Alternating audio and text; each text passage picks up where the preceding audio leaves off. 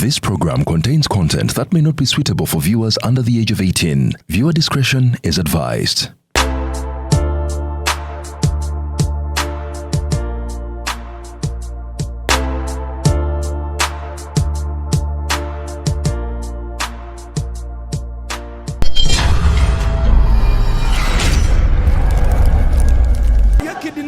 I'm a kidnapper. For how long have you been a kidnapper? 1 year. Yeah. How is kidnapping? Kidnapping on my side is very good. Yes. Yeah. What problems have you faced as a kidnapper? This COVID-19 season. My job border, I'm border rider. But my job is difficult because of no cargo on the road. Kidnapping. The napping of the kids. The napping of the kids. The kids. The what? The kids. Kidnapping. Oh. Why do you think husbands are responsible for kidnapping? Because they are the ones who impregnate the women. And they are responsible for kidnapping. They are supposed to provide food for the ladies. Yeah. Kidnapping is the closing of schools. Closing of schools. Yeah. Why is it called kidnapping? Kidnapping. It is called the kidnapping. Kid, those are kids. Yes. Then napping, putting on pampers, nappies. Yes. Nappies on them. Yes. Yeah, that's what I think. Who is responsible for kidnapping? Most especially the men.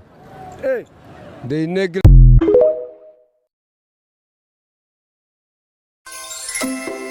Kampani egulidde erinnya mu kutunda ettaka n'amayumba ekuleetedde amasavu ga Ssekukkulu nga bwe tujaguza amazaalibwa ga Yesu Kristo aba Honest Estate Developers bakusaliddeko ku assets zaabwe zonna ebitundu 5 ku buli 100 beddu era nga ofa eno egenda paka nga 10 January 2026. Jjukira balina ettaka ekiwenda ku Gayaza Road, ku Namugongo Road balina Essonde n'Emisindye, ku Hoima Road balina Nansana Bujuuko, Koona Namasanga, Mabombwe Phase 6 ne 7, Kachiri Mwera, Kachiri Magogo, Nampunge ne Gobero Muguluka.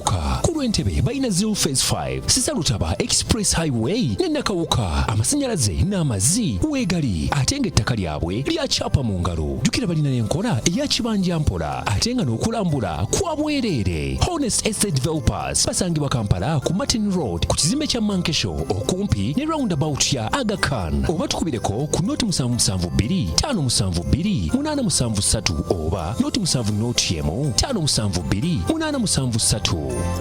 Owaye lero nga muli busy.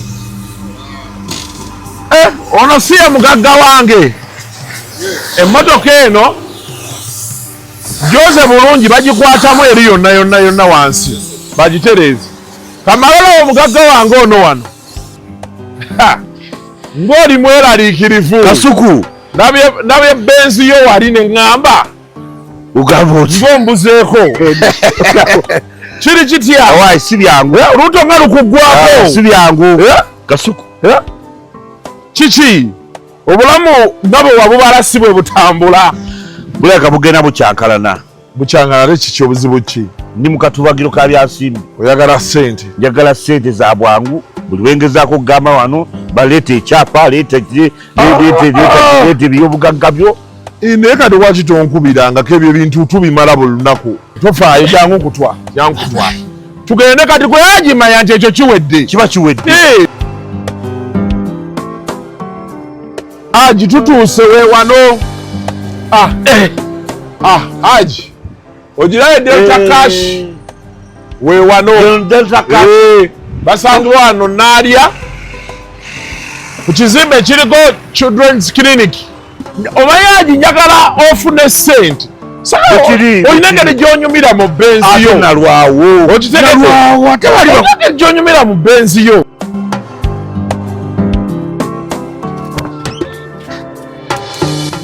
Onazze kwewola.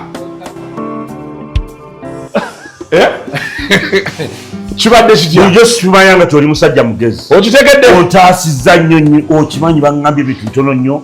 Just logbook. National ID. bank statement bank statement yokka musawa 10 nezi ndakuwa ngafunye musawa 12 njokuba nga olina ssente www.deltacash.ug osobola obijjulizaako okwo byonna ssente ne zikusanga okitegedde okimanyi nti baŋŋambye demokanga nsigala nvuga emmotoka bagisigaza bakuteeramu turaka n'osigala ng'otambula nayo kati ssente njagala ogenda ozigyeyo ate nkukuba oluseke tewali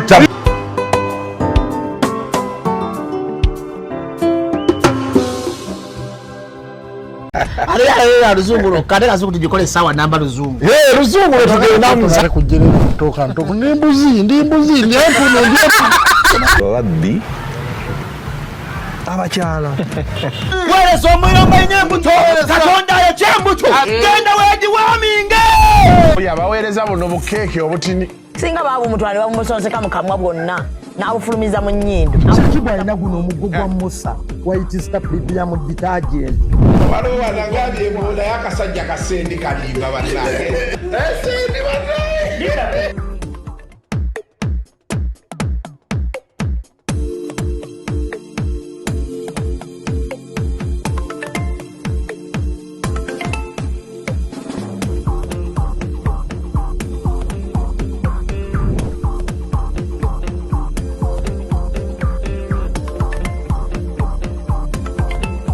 Yes, good morning and welcome to yet another edition of Kasuku Live.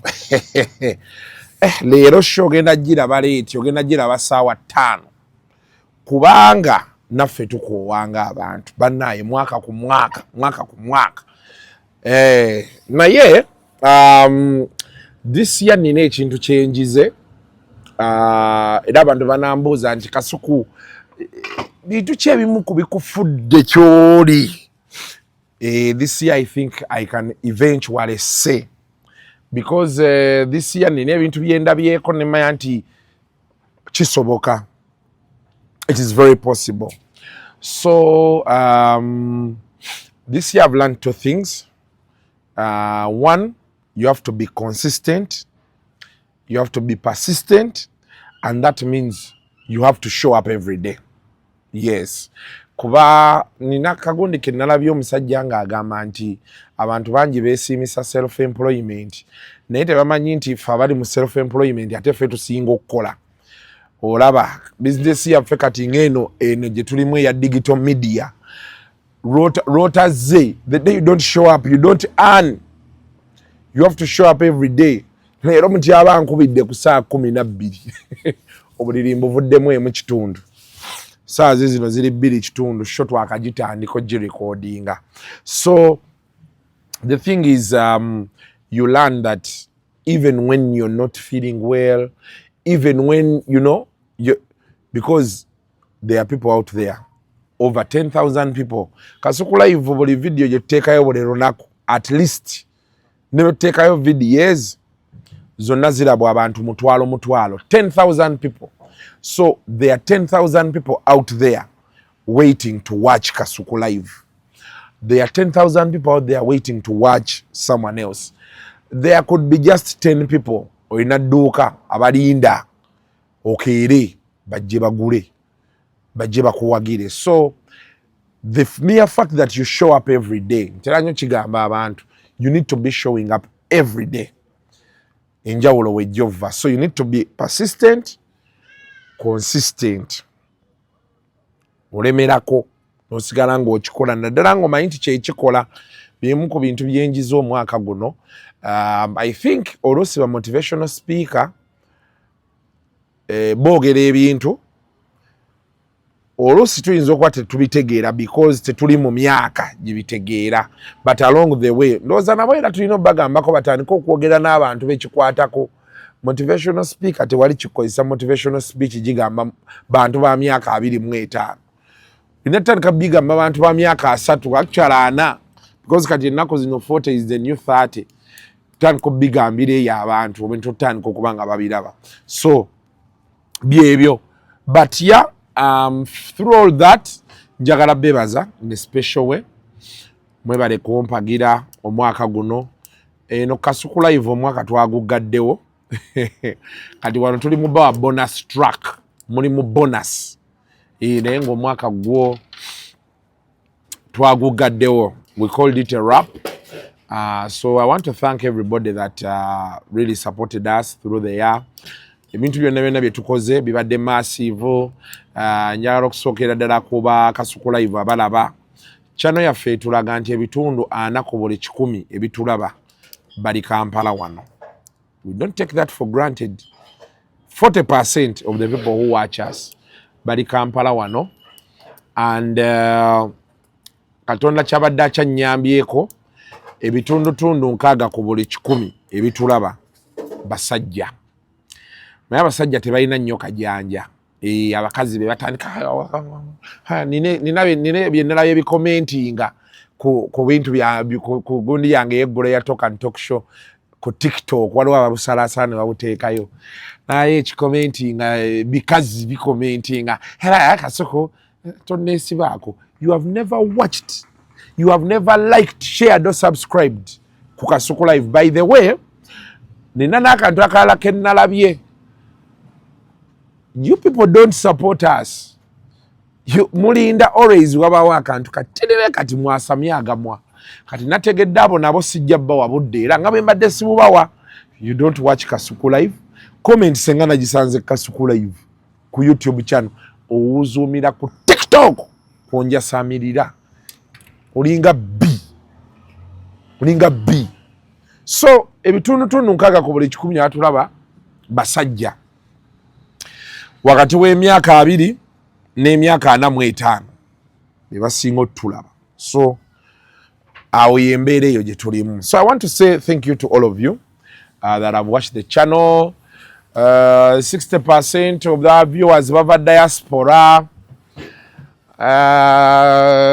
Naye eddungu eryo bambi abantu b'eddungu mutuwagidde naye abantu abali mu Europe n'America be basinze otulaba. Ku 6 ku buli 10 balina kaana. Kati mmwe ab'eddungu ne mulyoka mujja naye nga yes, big up on yourself. Nalayi musajja wange balina kye ngenda okwogera naye ankireke. Kale ye embeera nga bweri kati twalina luseke nyamnyam mutyapa olina bwe wagasegaseemu awo. Njagala nsooke nkulaga emu ku byaliyo ku luseke nyamnyam. Rapu ya Rwase ekutta akati yeri ku internet yetambula. Abitu ya luseke nyamnyam enja byeyongeza omwaka nga guggwako. Nina abantu benjagala okwebaza in a special way. Naye njagala osooka olabe ekyali ku luseke nyamnyam. Abantu baalya, abantu banywa. People really had a good time. That I can say. Let's kick into it. Mutyaba, hit it. And with that, the 2025 season comes to an end. Good night.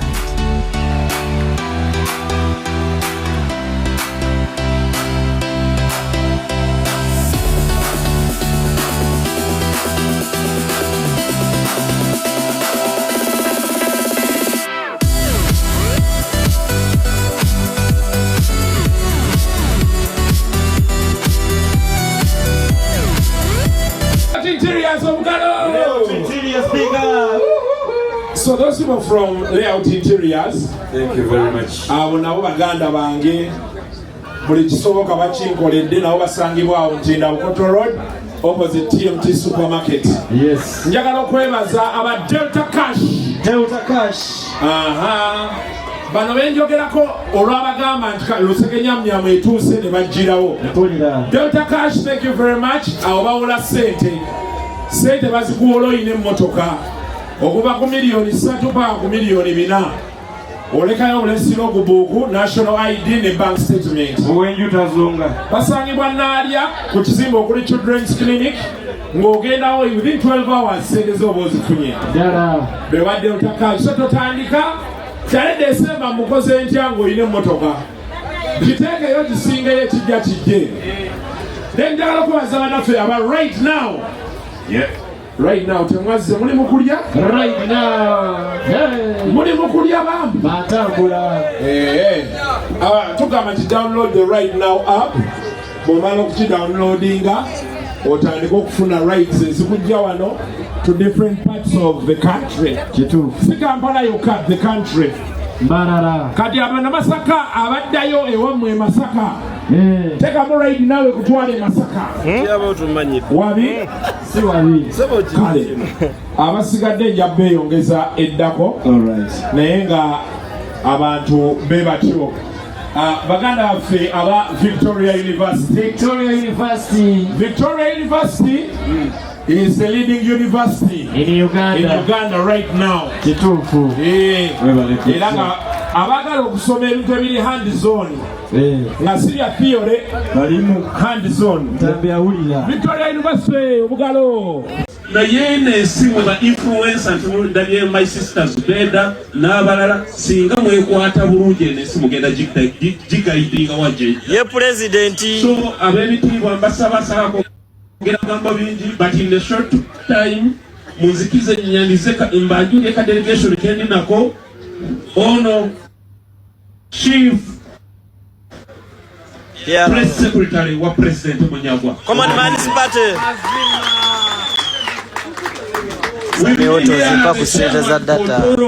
Toro sub-region Council Wandera Ariwano.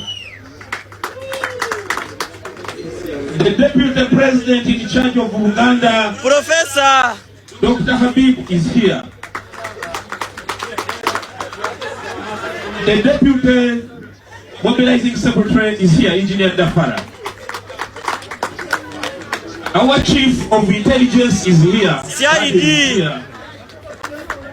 The Secretary General for Toro Sub-Region Council Kisoro is here. Kisoro! Our Deputy Chief of Intelligence. Atona Fango the Forest. So basema ne banyabo we are a new party. Nande twagala kuba matiza wano tumutwagala yobate mutwagala. No. Twagala mu enjoying night. Naye njagala kubategeeza tugenda wala olugendo luwanvu. Tutandise tusimbudde buli tulabe yo maaso. Ye president mwebalire ddala Ssaabasajja Kabaka wangaale. Ne n'abagala. I'm so grateful. Mwebale.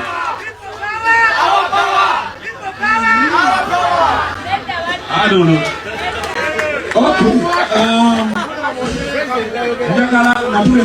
Okay. Enamba hiyo sindikirako tata teka kwa yatero mane bamanja. Linda katini.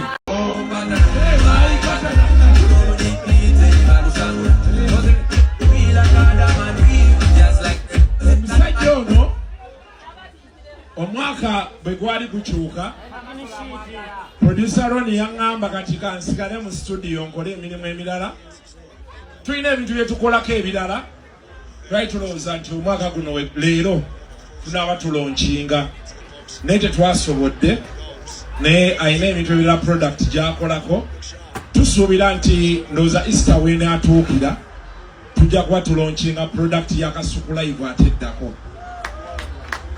but mutyaba yono ntambula naye ntuula naye ku mutto. So Luseke Nyamnyam mumulabye bwatyo bwe yali then tuyina nalabye Isaac Case Kawalya ng'ayolekera e Kampala simanyi wawaali naye Isaac Case Kawalya welcome back home. Mututereyo wano nga benjogera bantu bamulabe nga asindika ebikeesi ayiikawo kirungi nnyo kyonna oba baakutisse oba wakomyewo ng'okooye oba wagize eki kirungi n'oddako ewaka bantu bamuvabulayo abali eyo mukomengawokko abalina obusobozi waliyo abantu abamu nga akasente tewali abalala nga ebipapula tebimusobozesa so welcome back home. Genda olime ku bijja bya maama bantu bajje mulime ku bijja abantu batugamba nnyo era siba tebikola simanye naye nze buli mwaka nina okulima ku bijja bya mukadde wange because I believe mu culture ya Buganda buli wolima ku bijja ebitaala nga bita kati gwe awulira nti olina gye bikuteera ewalala gwamanyi nze mu bintu bye mmanyi byendabyeko nga bikola byenkuze nange ensi yonna ebikola obuwangwa culture simaya nono biki okujjako nga tekikoze sikimanyiiko sina gwe nali ndabye gwe kikoledde obanze tolina kyosobola kunyinyonnyola bino bye bagamba musimayo ennyimbe abalokole tebabya nnyimbe gwomanyi nze kuze ndaba abantu bayabye ennyimbe tolina kyonyinyonnyola so waliwo ebintu ebimu nga nze oli ne bwali njogerera ebigambo byenkanawa ne bali nyinyonnyola ki unless otherwise nga sibita so abantu abali eyo komawo olime ku bijja bya mukaddewo komawo ddeko ewammwe weebakeko mu nnyumba y'ewammwe yes abantu muli wano e Kampala mulemeddewo Christmas etuuse buli kiseera owooza njagenda zina ssente nnyingi mukaddewo n'atuula ku Christmas yekka ewaka muganda we gwe mwaleka ku nnyumba y'ebijja aliyo yekka essanyu lya Christmas taliwulidde wallahi toyina mukisa na gumu gw'ogenda funa genda yeeka bazadde bo bakulabeko weebakeko mu nnyumba mwe wakulira empewo zeewammwe zikufuuweko it's a given you may take it or leave it you have to oba oyinamu kasente oba toyina gendako emitiya neewammwe otambule ku kyalo abantu abasinga balina ebintu bye batamanyi Christmas season abantu bagenda mu byalo ojja kuba otambula ku kyalo osange kyaliwe yagaggawala hey, 1st January ng'olina office gy'otuddemu akututte mu kampuni y'okola oli Kampala ozonga bebaga nti ddeyo keeka okime ku mikisa kibategeeza tibategeeza nti genda ng'osimayo ojja kuba otambula ku kyalo ng'ewammwe eruweero gye wazalawa kyaliwo gwe waleka eruweero yasoma noga nti yasiraana nga yafuna obwa manager ku kikampuni ebbombo akugambe tewali kikusuza Kampala mu kisenge ddiiro oba mu luumu emu obonaabona oli ku mitwalo 5-7 kakadde akutwale mu kikampuni ebipapula byo nga bikuteeka ku miliyoni 5 omwezi oli eno siva Kampala nyoko wazaalibwa Luweero ddayiko eruweero ewammwe enakaseke kampuni zisituse ekyankwanzi eyo abaana bali mu byalo bakola ssente muli eno simaye dayoko so Isaac Case Kawalya welcome back home webale kujja omukulu Masias kansokere wa Magoola Magoola nga mukambwe mbuye bamugamba mbu abeere standby yewandiise naye asirike lwakuba n'abanoopu tebavaayo ku refute awo olabira wayiswa mu fumbiro singa wayiswa ebigambo byokka naye kati tetumanyi oba byayogera bituufu oba bikyamu tetunalaba statement yonna ekolebwa gamba by'Amagoola nno bisitinginga sooka omuntu waawo era mu kuwa Walukagga kaadi eyo waliwo oluvuuvuumo olugamba nti Walukagga talina bisaanyizo wabo baali tebampadde kaadi nenjogera n'abakulembeze b'ekibiina omwali Secretary General ne President yennyini ne bagamba watifu bamugyeyo ne bagamba Magoola genda onominatinge naye bw'omala okunominatinga sigala ng'oli silent in case Walukagga baba bamugyeyo you become the dangerous substitute era nga bwe twakirowooza era bwe kyakoze eki bwe kyabadde naye Walukagga naye namuwa omukisa so Honorable Magoola omulabye Mathias Walukagga yaloopye n'agamba nti ye tali ku X talina social media yatugambye ali ku TikTok neki ne WhatsApp ne ku Facebook taliiko ne Facebook n'agamba n'abalala bonna abakola teekayo ebintu mbu si yeye bwe yagenza oloopa ku poliisi n'amugamba aleeta essimu zo era n'ategeeza nti essimu ye eri ku poliisi nga be bakola okunoonyereza mbu abano there are people who are impersonating him nga si yeye naye nga leero abalamuzi bo tebaliiwo bali Kololo balina meeting gye balimu kati ndowooza okutandika n'enkya tulabe oba omusango wa Walukagga bana naguschedulinga mangu gutandika okuwulirwa naye nalabye naka video ke nalabye bawakalabyeko nga Honorable Sseggona agamba nti abanoopu balina omukisa kaadi bagiwe ye kitokote wagirabyeko eyo video gyeginoonyaako abantu nabo gibateereyo so tekayo Walukagga ne Sseggona bw'oba omufunye nze Walukagga Mathias meya wa Kyenga Town Council ate nga yagadde okujja wano bategeeza nti essaawa eno nina essimu yange emu ya smartphone nga bwe navuddeyo ne mbagamba nti nze siri ku mukutu gwa X abagulawo mukutu gwa X sirimanyi nze ndi ku WhatsApp, Facebook na TikTok. Kati oluvannyuma lw'okubeera nga nagenze poliisi neekubira enduulu mbagamba nti munonyereze omuntu oyo ali ku mukutu gwa X agenda awandiika ebintu bye simanyi. Kati poliisi nakoze statement nga njagala bamunoonye ate mu kifo ky'omunoonya tebamunoonyeza bakubidde essimu tessimu ngitwalo bangiweereze ku poliisi bagende bagikebere oba si yaggulawo omukutu ogwo. Nange simu nkoze vidiyo eno olumala okukola vidiyo eno ngenda kugikwata ngibatwalire bagitwale bagikebere. So abadde batera okunkubira ku simu yange mujja giwulira nga teriiko mutegere nti eri ku poliisi ensangi ewa osisaidi omukyala Kayesu yagenda okugirisiivinga ate nizagitwale mbakamaabe noza kwe bakeberera okulaba oba essimu yeyaggulawo omukutu ogwo gwa X. Simanyi biri tekiniko nnyo, simanyi technicalities eziri mu kintu ekyo, naye nga nyagadde mmanye nti essimu yange ngiwaddeyo ku poliisi manyi temuli mu kizibu kyonna era azikiriza si yaggulawo omukutu ogwo kwanze siri ku X ne X sikimanyi mpuyabuulizi X ya kubanga ebintwalo bibeera bingi nnyo kangibawe bakebere kye beetaaga naye ebinaabidiridde era munaabitegeera. So kyenjagadde okucommunicatingako nammwe bawagizi bange eggwanga lyonna n'ensi yonna nti kansuubire tebalina birala bibaagala kwekwasa kutandiikiriza olwakalu kubanga bina amawulire gempulira olwokubanga baagala okunnemesa nominations naye katulabe poliisi oba nayo nga ekozesebwa oba nga tekozesebwa ng'abantu aba bulijjo basobola okukozesa poliisi oba tebagikozesa. Kale then baganda affe ab'emboozi mukati over the weekend bamiitinga Devi ne namba emu ne beekwata mu ngalo. By the way ab'emboozi mukati baaliyo ku luseke nyamunyamu ne guno omwaka tebagenda kukola show balinga bakola show wali ku gundi gundi ani Faruk Sakozi mutubuulire oba mulinayo end of year party tujje.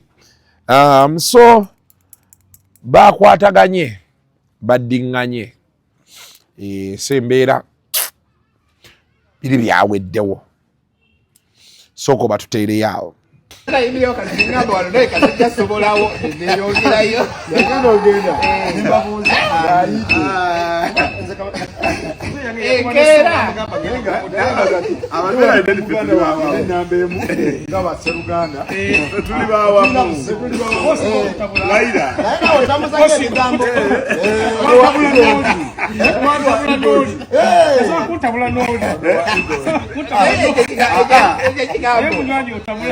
Mpira ni munana. Munana bude kuwera. Tabayo. Gwe, nze. Onaide kigambo kya yogere nga sikyogera agakwinga. Taikona ina mudola za feko zirabye.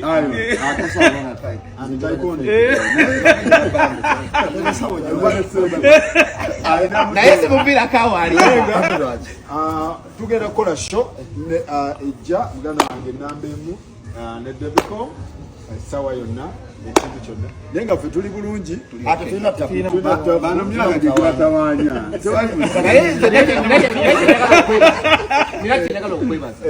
ngenda kwebaza ekintu kimu eno situation etulazeeko kumanyi getulina otunuulira ekiva ng'ovuddeko nga kati olaba bingi otunuulyako messages n'amasimu ebiri mu inbox ng'ate sigaawa nakamenye ekirabo tukikuume bwe kirowooza ngenda kikuwaira ati naye omuceere naye nga atusinga kubanja omuceere Now from there nalabye show ya Misa Kisemakula yadde ayogera ku bufumbo ina show TV eyo ye bagiyita batya ba TV ba channel. Those people they do nice content. Nga nimbalabyeko waliwo omuntu omulago baali bakyazizza nga naye yayogedde ku bufumbo n'essimu. May I agree with Miss Semakula? Personally, nze nange nze sikebera simu ya mukazi. Essimu ne beevugaawo nga oli amukubira sigikebera. Oba ayenda oba tayenda, it just happens wanudde. N'ogwa mu mbwa. Olwo byakola byokwogerera nga kibadde waawo. Naye nze sikiririza mukebera mu ssimu z'abantu. Era nze sikebera masimu g'abantu.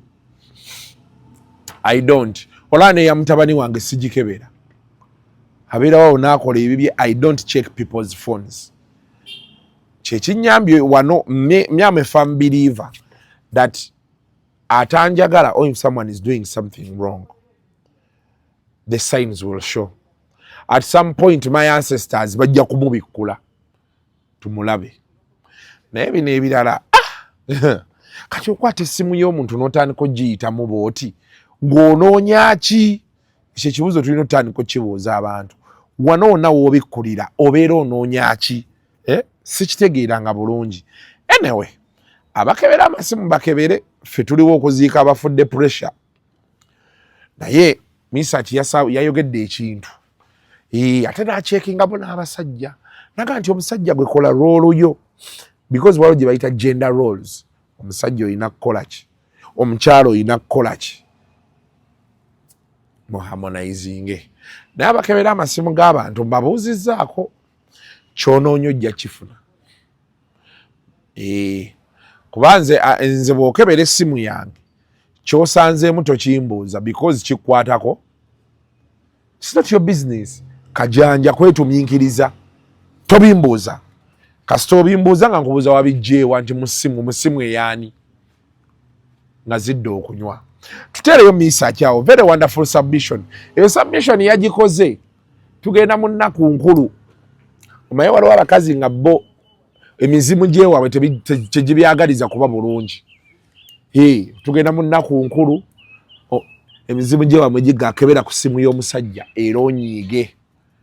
Kireke tuyite muzina ennaku enkulu nga teri ayomba. Kireke bannange.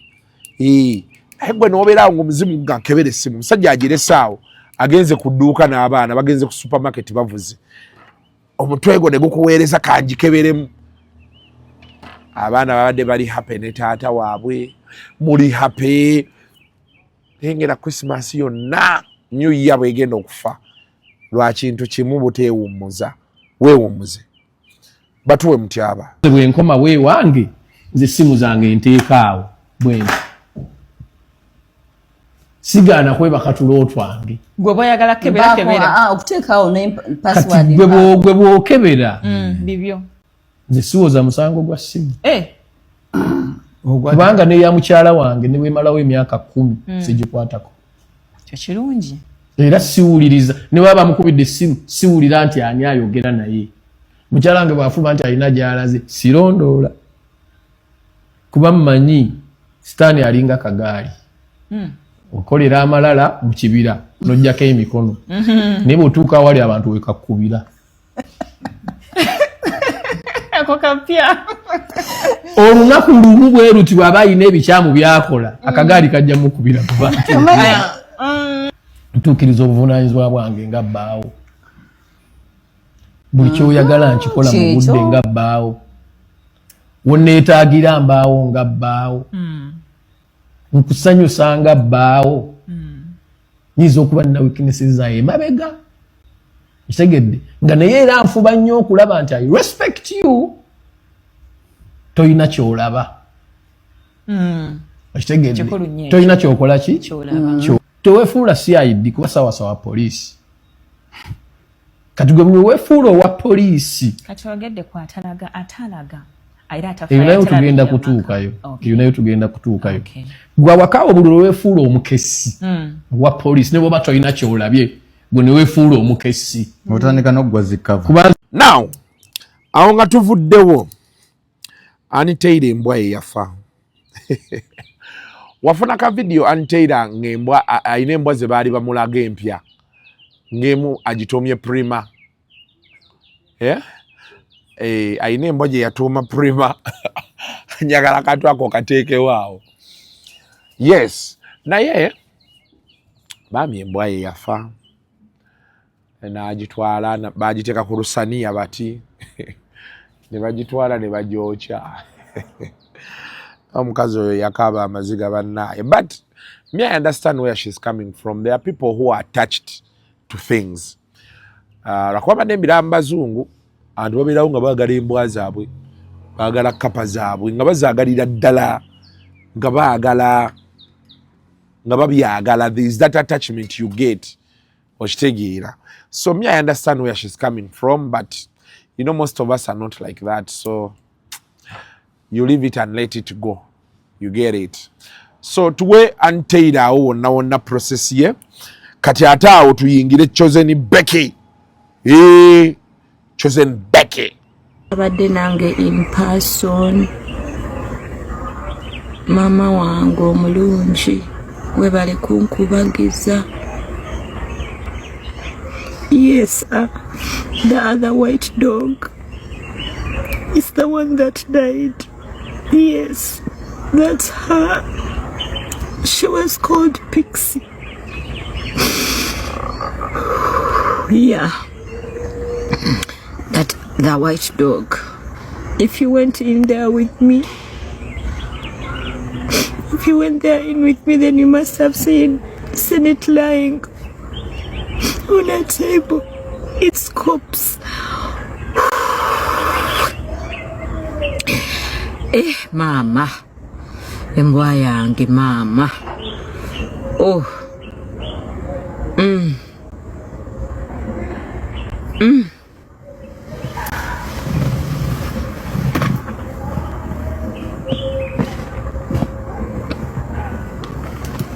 Ejo nazeyo ng'embwa yange teriyo ewaka. Nazeyo ng'embwa teriyo nekokona. Naye nga luli Pixie oluwulira emmotoka yange. Oh, yasooka okuvaayo najja nkuliseeyo. Oh, nebuukabuuka nesanyuka okundaba. Oh. Oh. Ah. Mama. Nga wemala wiiki. Oba ngenze mu byasanyuka naffe, oba ngenze ku mirimu nga tendaba. Olukomawo nesanyuka nnyo. Oh, my dog.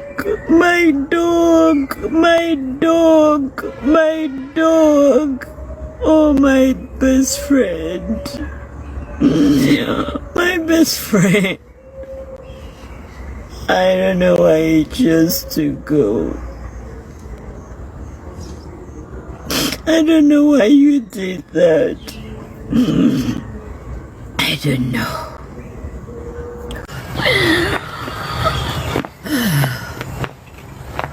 Gotta move faster.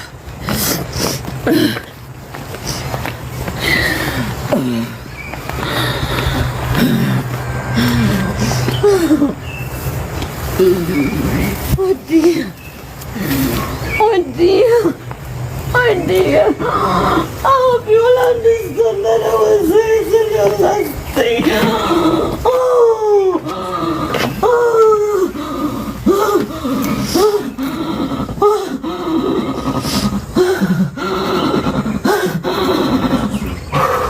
Okay.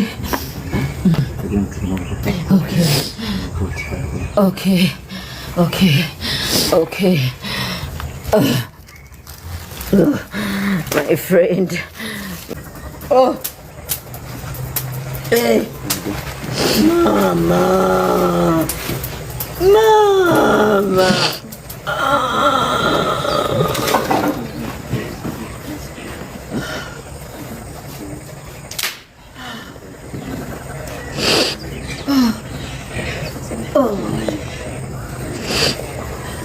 can come this side. There are those people. Okay.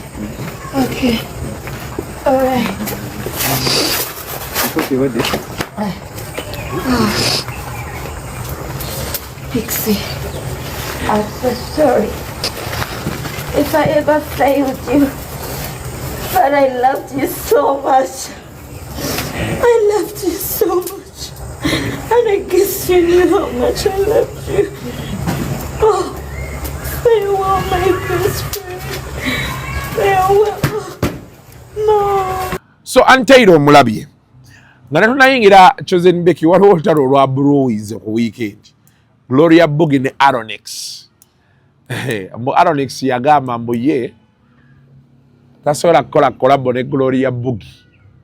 Oba byayimba tabitegeera oba ki. Ka video yako kayinaawo. Kuba osooka otteekayo. Kati babadde ku shame ku Galaxy. Gloria Bugi naga naye tasobola kuwa Aronix kolabo. Mutalowooza mbu ali straight. Neri neggwanga bannaye. Olwo December tumutwala. December is Decembering. So tuwe Gloria Bugi so naye yeegagambudde naye Gloria Bugi tatera kuvaayo kwogera yeeshize atera nnyo kubanga akola bibye naye olaba yanyiize. Soko obutuwe. How are you, Gloria? I'm blessed. That's okay. Okay. Gloria, you're not going to close the Aronix? No. I came back up permission or command? No.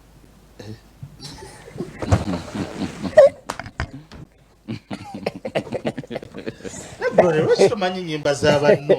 But just to Agalakuba Masanaras, that is understandable. No, nyimbe is making us sense and no jeans money. Ne, of course, season na.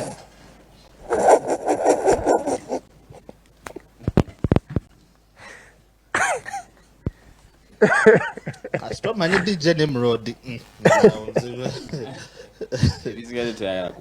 Cigar Aronix. No, but Jasmine knows you. No, we're not calling you. Yes. Yeah, we have to work hard.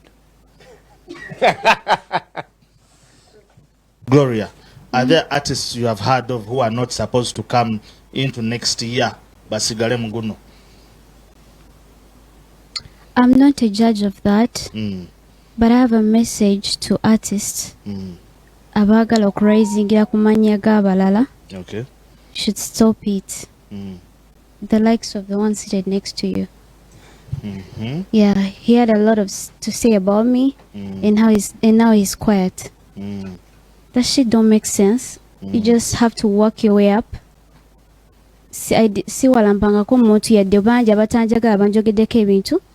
I think you should work harder. Just work hard. Yeah. What did you say?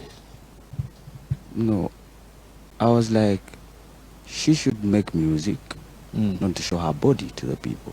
Like, that's it. And I think you should focus on music, not acting like women. No, I'm not a lady. Like, I have young ones who look up to ladies This like is what he you. said, and you know what he said. It's everywhere. He said he can't work with me because of da da da da. And I was wondering, did I want to work with him? I never can work with an artist who acts like women. He's not straight.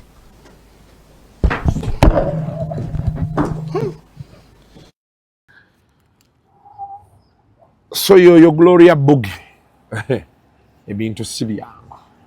Essaawa yonna omuntu akugaya. Abantu begaya. Now, Chosen Becky, I don't know, out of the blue, yazze, yasoka n'akaaba, walaabo video ng'akaaba. Atunyonyola laavu ye. Jjukire embaga ye yanca. Embaga ye yanca. Kujja nga wanaabaawo kikyuse. Embaga yanca Tuesday nga 16. From my reliable source. Benkugamba reliable source. Asobola n'okuba nga maama we. Ekintu kya Chosen Becky, how deep I'm into it. Gwetegeera nti asobola okuba nga maama we. That's how deep I'm into it. ezo messages nabagambye nkugambye nti asobola okuba nga maama we asobola okuba nga maama we oba muganda wa maama we ayinza n'okuba nga Chosen Becky yennyini bwenjogera naye but soko omuntu waawo we yakaabidde byonna mwami wange omusajja oyo yakyali ewaffe ndowooza mutegedde ntubawa kye twagadde abantu batendewaliddwe ne baba ebifaananyi by'okukyala yakyali ewaffe ffe ffenna twakaaba okuva ku taata paka ku mwana asembayo omusajja nguze nga atalina mwana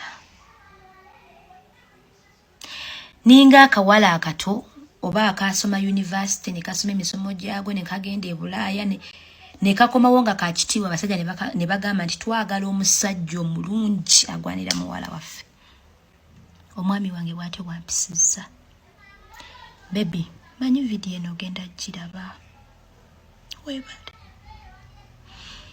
sina kyengwana siri muwala mulungi nze n'okuyimba siyimba nnyo nga we bagamba n'ebintu tebibulamu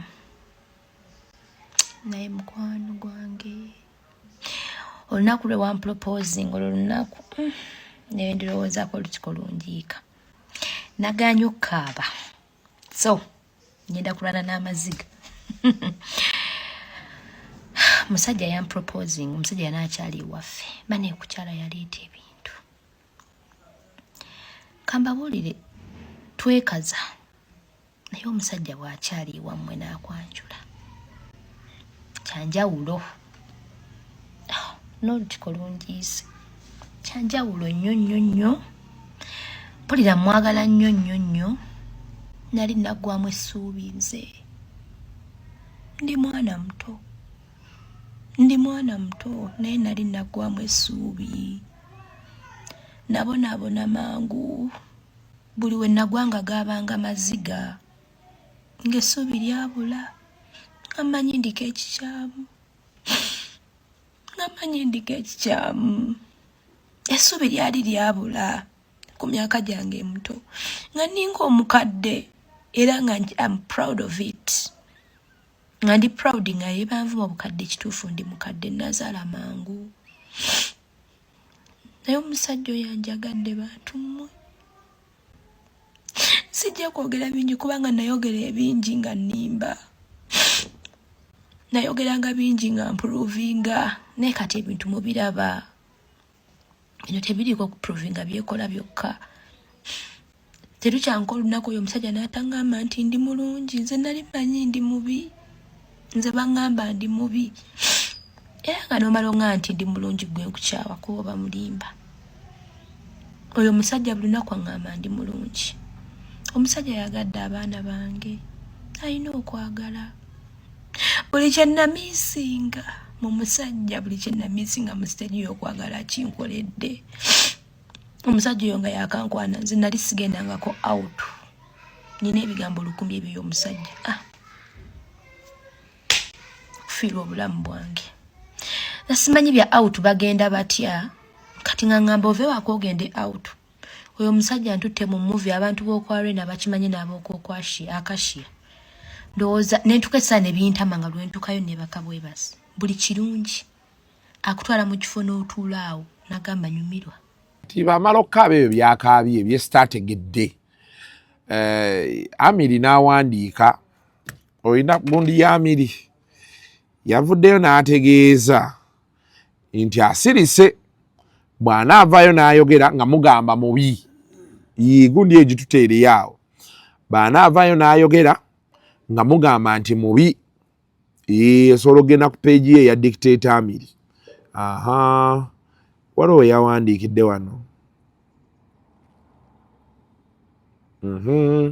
yasoose n'ateekayo kali ng'agamba nti bamusosonkeza naye bw'anaavaayo n'ayogera nga mugamba ndi mubi then Chosen Becky n'atuwandiikirira omuko people always asked me why kano kuboteekayo people always asked me why I loved Baba Jib so much. Let me clear the air about that. When I got pregnant for Baba Jib, I told Dikteta that I'm happy, I'm pregnant happily. And his reply was, that's not my child. Please abort. I cried a lot because I'm a woman. I decided to keep my baby. He went and came back when I was 3 months pregnant. He asked me, did you abort? When I said no, he showed me the message and said, waliwo omukazi eyankubidde n'aŋŋamba okubira bbaawe ekiro era olubuto lulabika lulwe. And the girl had recorded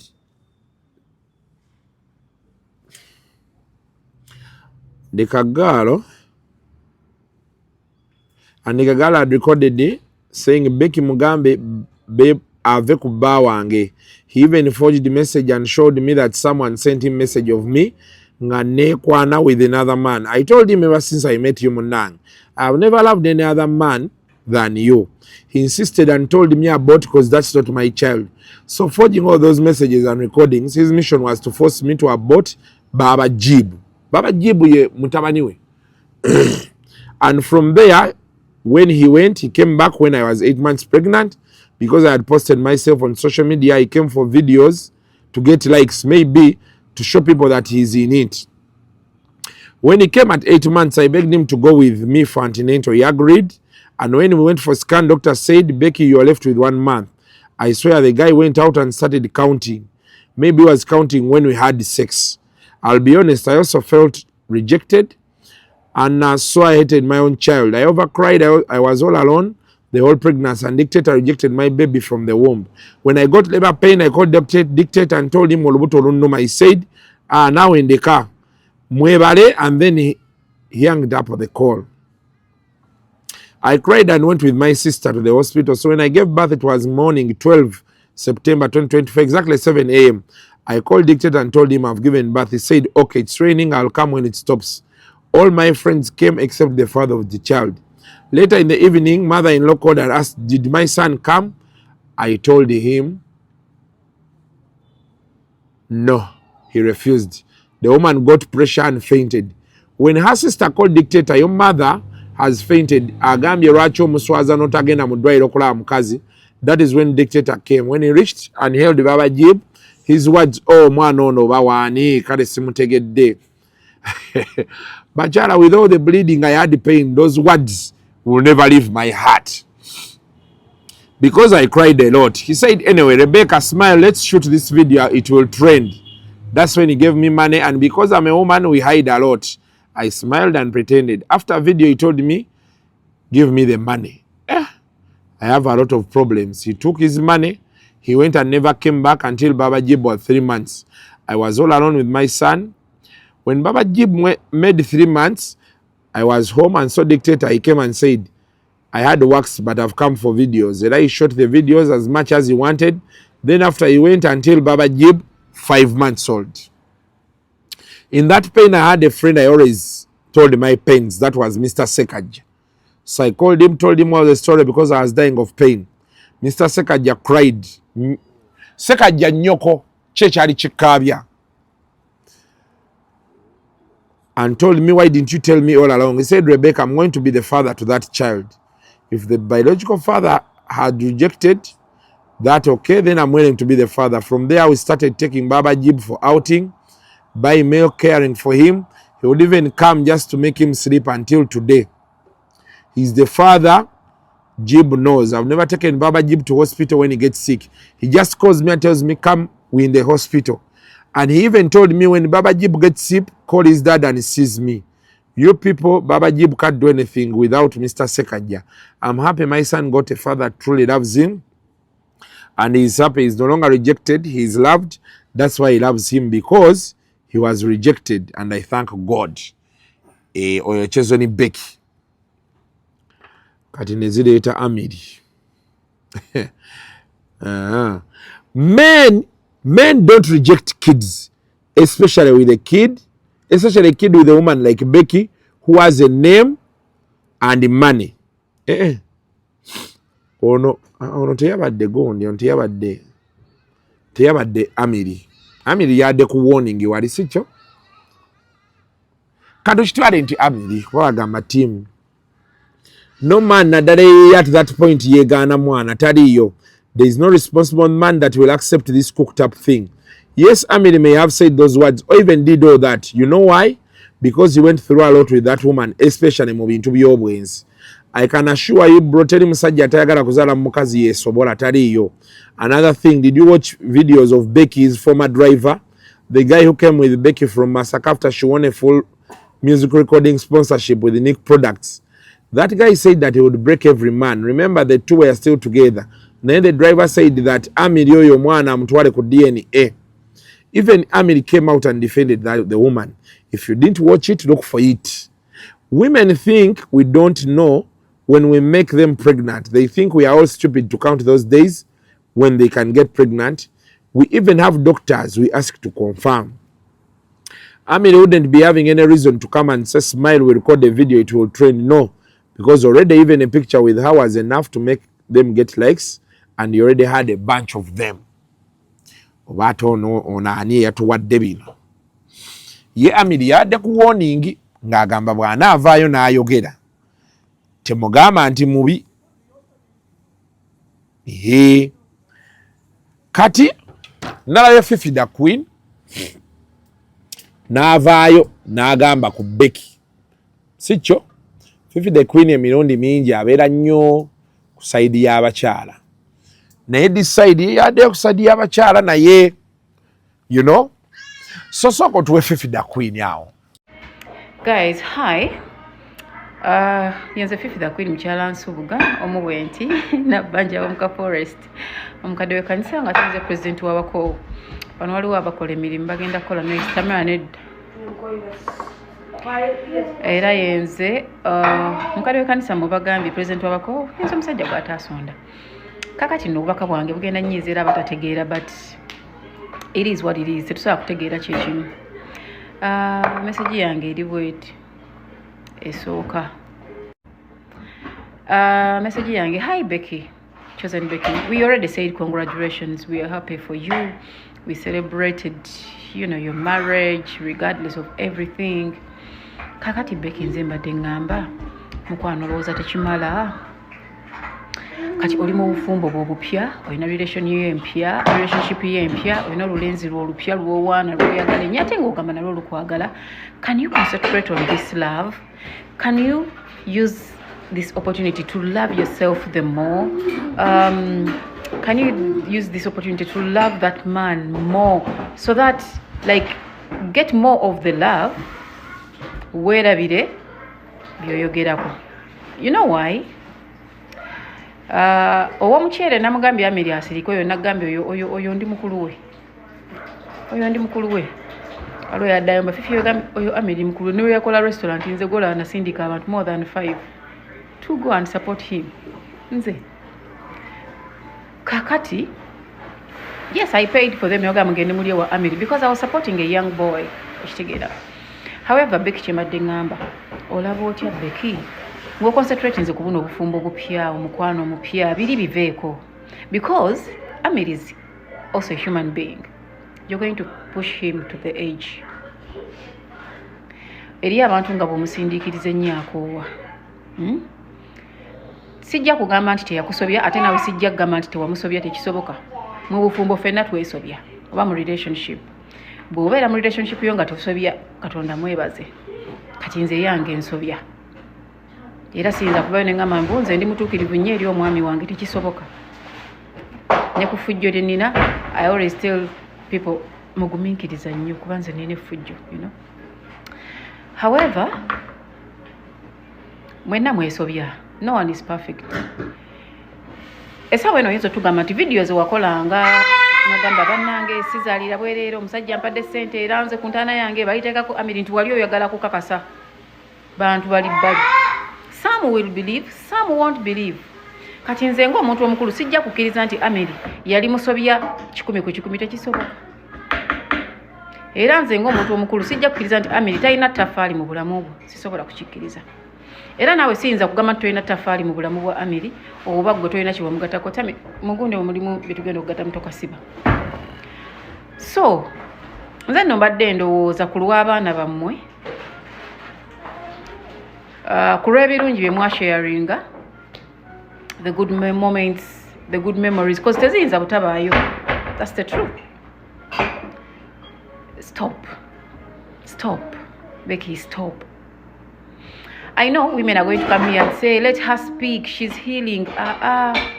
Anti kati aina relationship empya manya abakazi mulowooza mwosa. Aina relationship empya. Sekajja bamuwa chance ayagale Becky. Naye gwe buwonobeera ng'ogamba nga buli woleeta Sekajja omuleeterako oli, buli woleeta Sekajja omukukuutirizaako oli.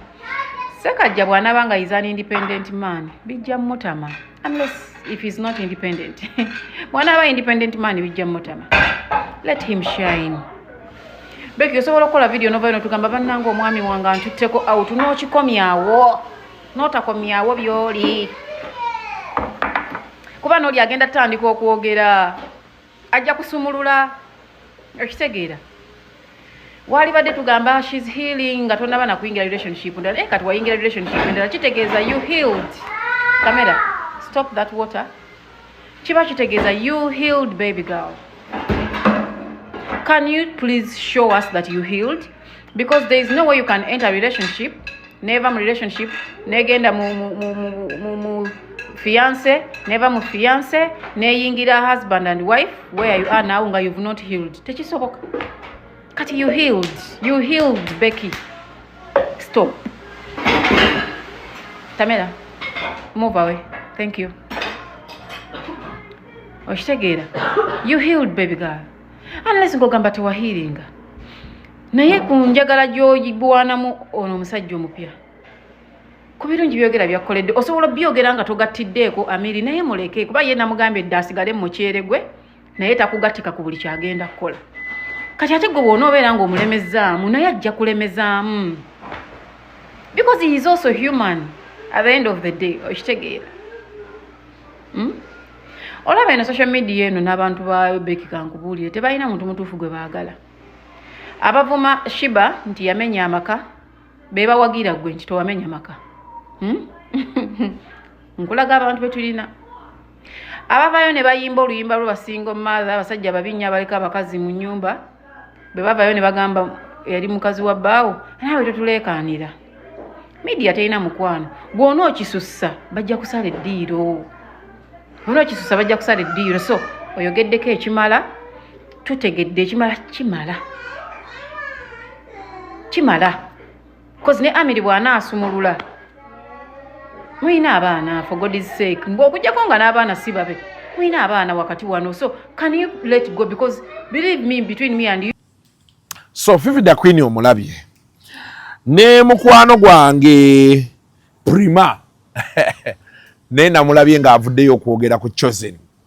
Njagala mbakuwe bonna. Prima naye mutu waawo. Simera shabantu mukozeshi. Mubaliko. Oli abaina obusingo ku Amir we beyuze. Ashoga mubaliko.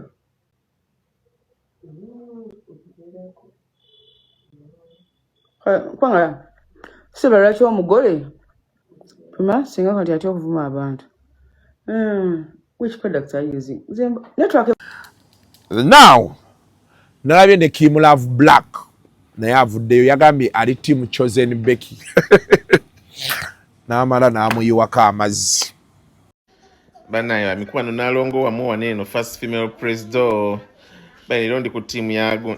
Leero ndi kusaidiani. Ndi kusaidia Chosen Becky. Chosen Becky. Mukyalo oli mutuufu okuba n'obwo obusongo bonna.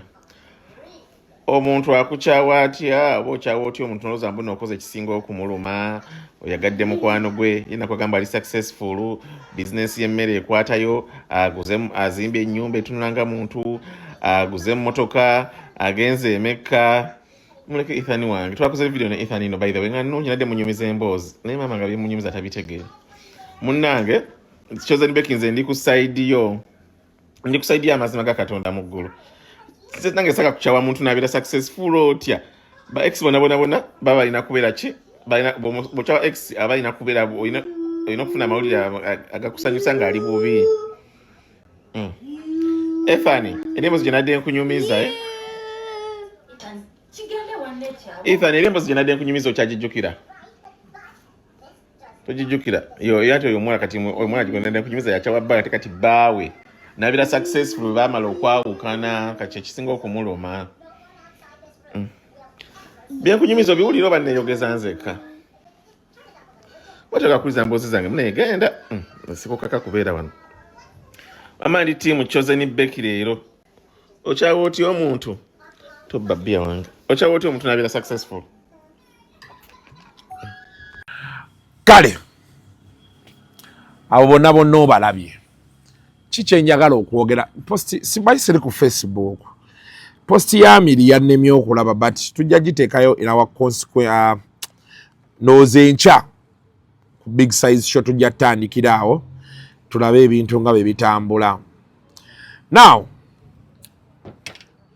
eggulo nabasuubiza chaati ezo nina abankubidde nga bazaagala leeta tuziteekeyo nembagamba nedda tekyetaagisa naye I understand olaba gundi ya Kim Love Black eyo gyakoze explaining bulungi Chosen Becky kyalimu because me with the chats I have Chosen Becky in the chats admits he may have made a mistake era agamba nti ne kukwanjula kwe I mean ku proposal ye esimu we bagibba Amir yamugamba that could be a sign of bad luck in those could be a sign of bad luck.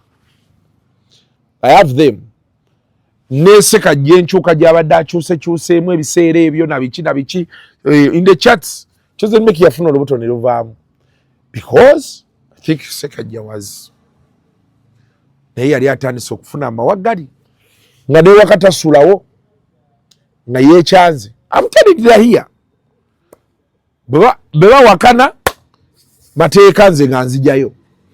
So there's so much going on and you know sometimes you begin to think, did I make the right decisions, did I do this, you know relationships relationship ngononya omuntu akucomfortinga you know bibeera byanguwa but there's a time when nchirete ntya waliwo time reality was striking. I'm not saying they don't love each other. Relationships zibeeramu okusika omuguwa. According to the chats ino za Sekajja yatuka nagamba I'm the man here nze nina amade tunasalawo abeeko waakolaki ate abantu okweyagala si kikyamu naye nebino ebintu bino Chosen Becky byakola bijja ku Sekajja it will rub him the wrong way. Omanyi bino ebintu nga you know bino ebya kamera bivuddewo tumaze okuteesa tumaze obbiwa omuliro byonna nga bimaze okudda wali musigala aba walize bayita aftermath kuba Dikteta Amir moved on. What I know msere wali balinga boogeramu 1-2 and that should be Sekajja's biggest fear because now ekisinga otabula abakazi kyekyo gwolowooza lwaki omukazi oba naye natandika okukutana taata w'abaana oba ex anti olwo taata w'abaana gwe yalekanga munaku kati alina apartment yagulayo akamotoka omukazi natandika olowooza nti wano gwoli musiru muno temuli okitegedde nayagala addeyo eri kati ono Amir yagula emmotoka bwe yatulaga ennyumba agitwaliriza so bino byonna tuyinza okuba twagala obikola tubike kiri naye you know but for my message to you Chosen Becky is one. You got a good man from the reviews I got. Sekajja si musajja mubi. He is a nice guy. Enjoy your man. Ekirungi akwagalira abaana. This whole drama you're starring up, it's going to haunt you. Now, you imagine, Baba Jibu, tata we yani, Amir. Baba Jibu agenda kula. Alabe nti tata we yali yamwegaana. Nti bwe yamusitula mu ddwaliro n'akola baati. Kati ebyo byonna nga biri awo. Tata we ali mu kukola. Tata we kuba akafaananyi amaze ennyumba yeeyo. Ataddeko endala zazimbye awo biki. Gwolooza mu future ani agenda obbonaabona. Tata we ajja byegaana. Bati kati byonna ebyo tumanya byaki. Abakazi balina obulumi. singa tuwe ateredeyo message nti Amiri kwaluli watugamba ntalabirira baana naleeta risiiti ebyo byawo nze nandibadde nkutegeera naye abakazi bayita mu bintu gwe abakazi bayita mu bintu ne batuuka okubanga n'okwegatta n'abasajja balinga abamu bya by force abalala bateekawo buteesi abakazi bangi gye bali bazadde abaana nga tebabaagala nga yakowadde omusajja naye omusajja n'amugamba njagala omwana omukazi nagamba kanzaale abamu olw'abaana abalala background talina ssente talina gy'alaga abakazi bonna bonna ne batandika okuvaayo okwogera wano ebintu bye bayiseemu okaaba okiraba so tukakkane let us become cool and composed bino byonna bye tugamba Chosen Becky tebitukwatako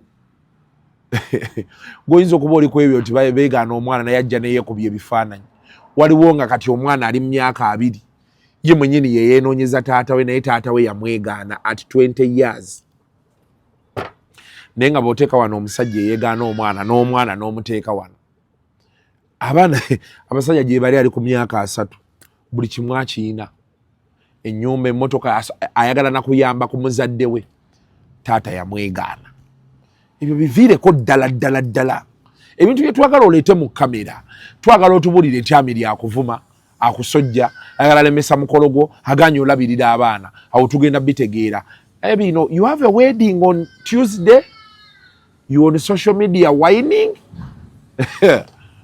wabula kyonna ekikulu Chosen Becky kikulu but weekwate nze gundi nziina ano message ninda bulinzi muŋŋambe nti nnimba nzite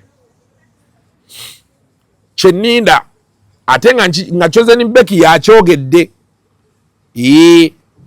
kyokka yave yaŋŋambe nti kasuku actually sijja zita njagala aŋŋambe bugambi nti kati tugenze mu kooti nkuwawaabidde nze nkwate bukwasi ne chat ajja kwewuunya eyazimpadde ye mwennyini ajja tuuka nga takyayagala genda waabwe okitegeera I understand ne Rebecca yennyini eno kusaidi ya famire ye naye mulimu abamulwanisa bangi maybe tebamwagala abamu balaga yabakola ebintu n'ebisigadde naye kati anyumirwe obufumbo bwe enjoy your marriage bino ebirala byolimu byonna tebigenda gatta Chosen Becky just enjoy your marriage buli lwo bury the past kasita olina omusajja akwagalira abaana abakazi balina abasajja nga omusajja yamugamba omwana waabeera eyo tujja mula biveeko Chosen Becky bireke biveeko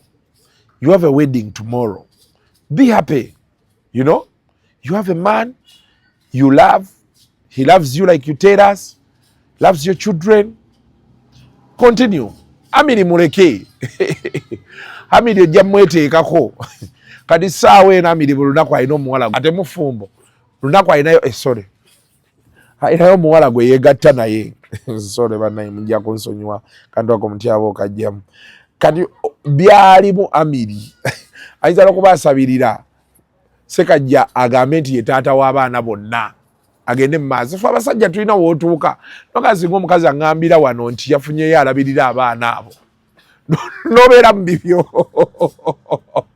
okitegeera so kakkana Amiri ali mu kunyumirwa oli mu kukaayana ate Amiri nkwegayiridde Chosen Becky tomuddamu kati byonna abyogedde biweddeyo end of story tomuddamu muleke tunagenda oyingira 1 January nga byagenda gwe kola kimu abaana oluwummula baweereze fees kuba etteeka likugamba olina okulabirira abaana bo naye ate etteeka ligamba abaana mubalabirira equally kati gwe Amiri kola ku kya fees Chosen Becky akole ku ky'abaana okulya kunywa balwadde engoye buli kimu gwe baku kya fees gwe kasoba oteekayo fees tuweereze otugaye tibannaye nasasudde fees osirike ebisigadde Chosen Becky nkugambidde wano bw'otalekera awo komyawo bintu bya Dikteta Amir sekajja agenda kukukyawa you're going to be in a miserable marriage ojja tutandika okwagala okwogera ne Ssekajja nga tajja omalirize nga Ssekajja akuviiridde ate nga tolina bw'okomawo wano. He's not happy. That I'll tell you. If he is, when it sinks in, you will see. There is no man who will tolerate that. 2 days to your wedding, you're exiwo. It means you have not moved on. Kati ekyo kitegeeza nti ssaawa eno Amiri najja akutokota wiiki egi nga kaweddemu. So be cool, calm and composed. Kakkana. That's okay? Thank you. Kale. Isigadde tujja kuba tubeeyongeza ssaawa 12 zijja ne Suna Ben nga wrapping up omwaka agulojja. Yes. Then ndowooza ku ssaawa 3 ninayo omukyala aba ye Veronica owa Austria. Ye yagambye omusajja omwavu nga tewasoma takwetaagira ddala. Naye ye n'atunyumiza n'tunyonyola nti yali ali eyo ku kyeyo naye ye tabonaabona. Era ye story yatsula n'enkuta etoyi n'ensangula abakadde. Ebyo by'ennaku tabiina. Yes, so we have a lot of content. Tulina ne Pastor Isaac Naba mwatandise omulaba apiikinga mugendere ddala mu maaso n'ensonga eyo nga bwe tulaba ebirala nga bwe bitambula. For now we got to go. Mubeere bulungi. Hangover ebadde etusse obukoowu leero bubadde butumalawo. Mubeere bulungi mweraba. The views expressed on Kasuku Live do not reflect those of the host, producers, or management. They are solely of individuals providing them and do not represent or reflect the official policy or position of this YouTube channel.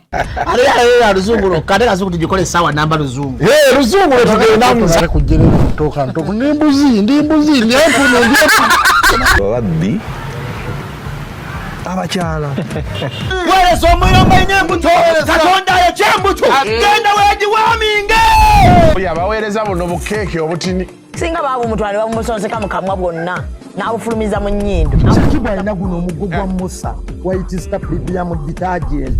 Waliwo wanagambye embuula y'akasajja kasendi kalimba bannange. Esendi bannange.